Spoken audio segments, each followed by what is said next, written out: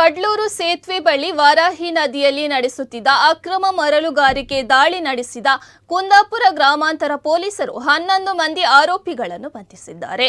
ಮರಳು ದಕ್ಕೆಯ ಸೂಪರ್ವೈಸರ್ ಅಜ್ಮಲ್, ಕಾರ್ಮಿಕರಾದ ರಾಮಶಂಕರ ರಾಜ್ಪೀರ್, ರಾಮಕುಮಾರ, ಗೋವಿಂದ ಚೌಧರಿ, ಶಿವಮುನಿ, ಜುನ್ನ ರಾಜ್ಪೀರ, ಸತ್ಯದೇವ, ಕಮಲೇಶ್ ನಿಷಾದ್, ಸಂತೋಷ್ ನಿಷಾದ್, ಓಂ ಪ್ರಕಾಶ್ ರಾಜ್ಪರ್, ರಮೇಶ್ ರಾಜ್ಪರ್ ಬಂಧಿತ ಆರೋಪಿಗಳು. 3 ಲಕ್ಷ ರೂಪಾಯಿ ಮೌಲ್ಯದ 4 ದೋಣಿಗಳು, ದೋಣಿಗಳಲ್ಲಿದ್ದ 4,500 ರೂಪಾಯಿ ಮೌಲ್ಯದ ಒಟ್ಟು ಸುಮಾರು 3 ಯೂನಿಟ್ ಮರಳನ್ನು ವಶಪಡಿಸಿಕೊಳ್ಳಲಾಗಿದೆ.